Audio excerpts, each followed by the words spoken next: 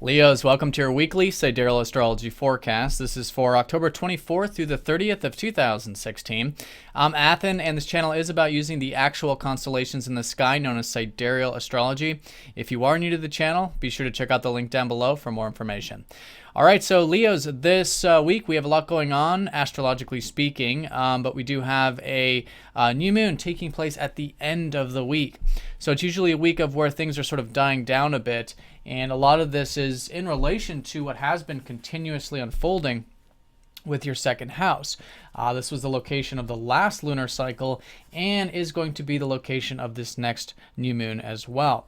So this is all about the resources of life, really cultivating your personal resources. So this could be internally, such as your sense of self-worth, your confidence, your self-efficacy, your ability to go out and achieve your values in life and cultivating a bit of that self-reliance. On an external level, this could be financial, material, your assets, things like that. Anything that is a material enjoyment, material asset is very good. And I think there's plenty to see here with this because you do have Jupiter in your second house. So you can see some opportunities, perhaps some potentials there to expand both those inner and outer values of yours. So let's go and look at this in terms of how this week unfolds leading up to that new moon, which again will be at the end of the week on Sunday. And so it is this sort of dying down sort of week, with the motivation and that kind of thing. It's a really good week to listen and to be receptive to these new beginnings. I think you'll feel that mostly the second half. But let's go and look at this with first Venus. Venus is going to be squaring up to Neptune, sextiling up to Jupiter here Tuesday and Wednesday. And this has been a Venus that's been in your fourth house, which is where Saturn's been. In fact, these two planets are going to conjunct a bit later in the week, around Friday, Saturday. So this is that over the past year, roughly, it's been a good time for you to take seriously your home life, your location, building things here in the long term, maybe with family, maybe with your health as well. So it's great to take these things seriously when Saturn's at the bottom of your chart. It's great to be building those foundations. And now with Venus, in fact, Venus has already been in here. You can be perhaps enjoying a bit of these roots in your life, whether it's connecting with family, spending time at home, your personal life, maybe with your, connecting to your body through your health.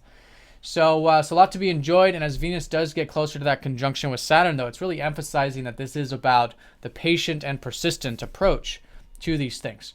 And I think it's a good week to also take that patient and persistent approach to the career stuff, since Venus does rule your 10th house, and also maybe even to the communication or anything else you might be working on a sort of daily sort of level.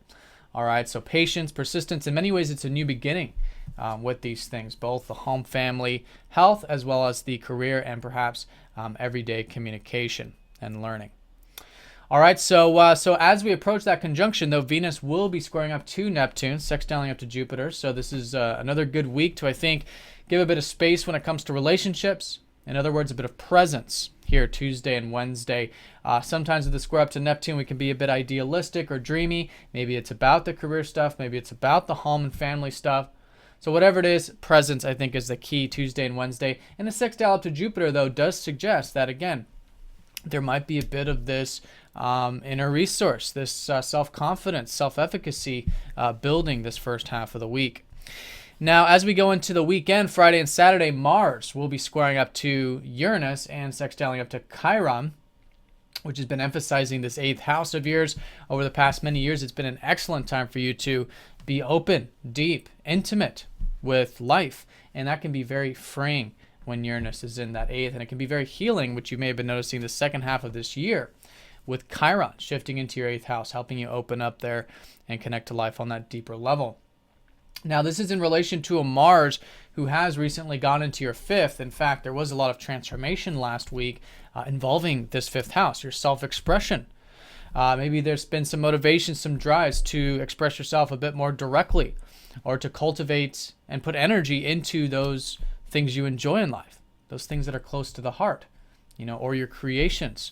So whatever that's been transformed, and I think now it's a great week to implement a lot of these, this self-expression, these things you enjoy, or these things that are close to your heart, and continuing to put energy into that. Around Friday and Saturday, though, give it a bit of space because, again, another square, this time with Uranus, It does suggest that maybe there is this wanting to break free, wanting to break through, maybe with the deeper stuff, maybe with that self-expression, maybe even with the home and family stuff since Mars does rule your fourth, maybe with a bit of adventure with the ninth, whatever it is. If you're feeling a bit of that wanting to break free, give it a bit of space as well, because we want to be aware of if there is any tendency towards impulsive actions, any type of radical actions and extreme actions when Uranus is in a square.